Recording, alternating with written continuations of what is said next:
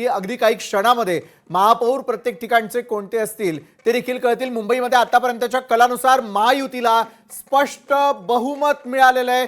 हेच कल कायम राहिले तर 25 वर्षांनी ठाकरेंची देखील सत्ता जाणार। मुंबईमध्ये आतापर्यंतच्या कलानुसार महायुतीला मिळालेलं स्पष्ट बहुमत आपण पाहतोय आणि लोकशाही मराठीचा एक्झिट पोल त्यावर थेट शिक्कामोर्तब होताना दिसतंय।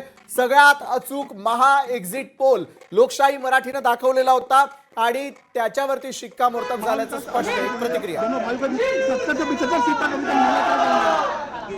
क्या बात कर रहे हैं? बीजेपी आगे जा रही है नजर आ रही, क्या कहेंगे? ठीक है, जो पावर का मिसयूज करके जो सब चल रहा है उससे भी माननीय उद्धव जी ठाकरे जी और राज साहब ठाकरे जी के नेतृत्व में हम लोगों ने जो जीत हासिल की, ये मुंबई के लिए हम उसका पूरेपूर इस्तेमाल करेंगे। धन्यवाद।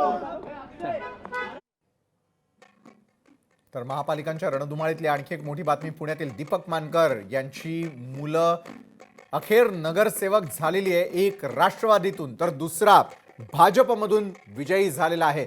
मानकर कुटुंबासंदर्भात अनेक वेळेला बोललं जात होतं, आरोप प्रत्यारोप होतोय, मात्र पुण्यातल्या दीपक मानकर यांची मुलं अखेर नगरसेवक पदी विराजमान झालेली आहेत। पुण्यातल्या दीपक मानकर यांची मुलं नगरसेवक झालेली आहेत। लोकशाही मराठी ऐका, पहा, जागरूक रहा।